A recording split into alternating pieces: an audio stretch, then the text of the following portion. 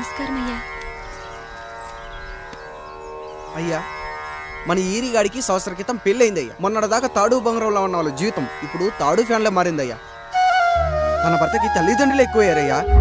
కట్టుకున్న భార్యకి చీర కొనడం కంటే అమ్మా నాన్నలకు మాత్రం మందులు కొనటమే తన సంతోషం. పొద్దున లేచిన దగ్గర నుంచి తల్లిదండ్రుల పనులు పెళ్ళ ముద్దు ముచ్చట తీర్చట్లేదని తల్లిదండ్రులను వృద్ధాశ్రమంలో చేరిస్తే తను తన భర్త సంతోషంగా ఉంటామని వీరిగాడి భార్య సావిత్రి రచ్చబండి ఫిర్యాదు చేసిందయ్యా. చూడమ్మా, ప్రతి స్త్రీ జీవితం 3 ఆకులతో ముడిపడి ఉంటుంది. పెళ్లిల్లో మావిడాకులు, శోభనం గదిలో తమలపాకులు, ఆ తర్వాత భర్తతో విడాకులు. మావిడాకులు గుమ్మానికి కట్టొచ్చు, తమలపాకులతో కిల్లీలు కట్టొచ్చు, కానీ విడాకులతో కాపురాలను కట్టలేమమ్మా, కట్టలేం. నన్నేం చేయమంటారు? నాకంటూ కోరికలుండవా? భర్తతో సరదాగా ఒక్కదాన్నే గొడవ పడాలని, ఆయన కష్టపడి అలిసొస్తే పక్కింటి వాళ్ళ కబుర్లన్నీ చెప్పాలని, వచ్చిన జీతం మొత్తం చేతికిచ్చాక నేనే 10ో 12కో చేతిలో పెడితే ఆయన కళ్ళల్లో ఆనందం చూడాలని నాకనిపించదా?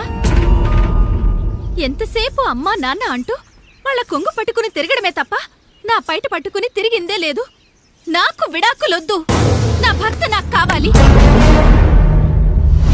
ఎరా, నీ భార్య చెప్పింది విన్నావుగా, ఏమంటావు? అయ్యా, మీరు నా వైపు కూడా ఆలోచించండి అయ్యా. 9 నెలలు నా తల్లి కష్టపడి కనీ పెంచితే 20 ఏళ్ళు నా తండ్రి నన్ను పోషించాడు. నిన్నగాక మొన్న వచ్చింది.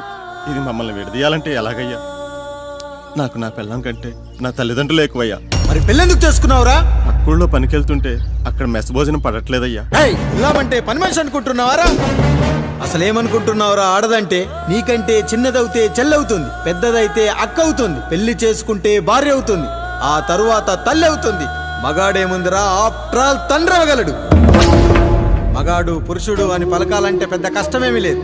కానీ స్త్రీ అని పలకాలంటే నోట్లో కండరాలు, నాలుక అష్టవంకరలు తిరిగి కష్టపడాలరా.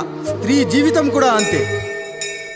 మన దేశంలో స్త్రీని గౌరవించడం తరతరాలుగా వస్తున్న సాంప్రదాయం. ఆ సాంప్రదాయం ఎంత గొప్పదంటే జంతువుల్ని కూడా పిల్లి పిల్ల, కుక్క పిల్ల, పంది పిల్ల అంటాం గాని కుక్క పిల్లోడు, పిల్లి పిల్లోడు, పంది పిల్లోడు అని అనమరా. అంత గొప్పదిరా మన సాంప్రదాయం. మీరు ఎన్నైనా చెప్పండి, దాన్ని ఏలుకోవటం నా వల్ల కాదయ్యా.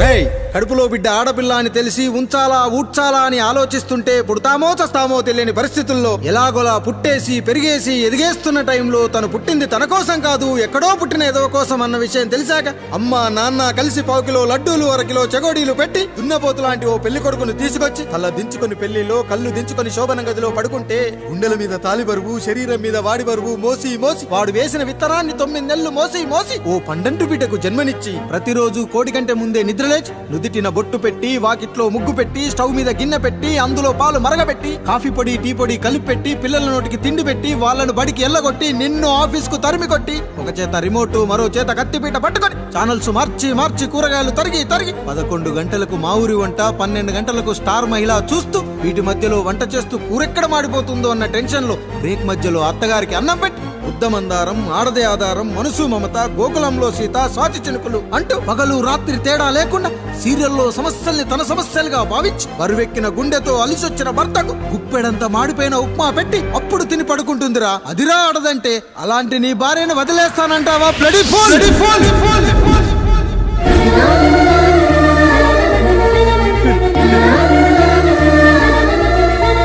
ఒక గుక్కలో ఆడదాని గురించి చెప్పాలంటే నాకు 3 నిమిషాలు పట్టిందిరా.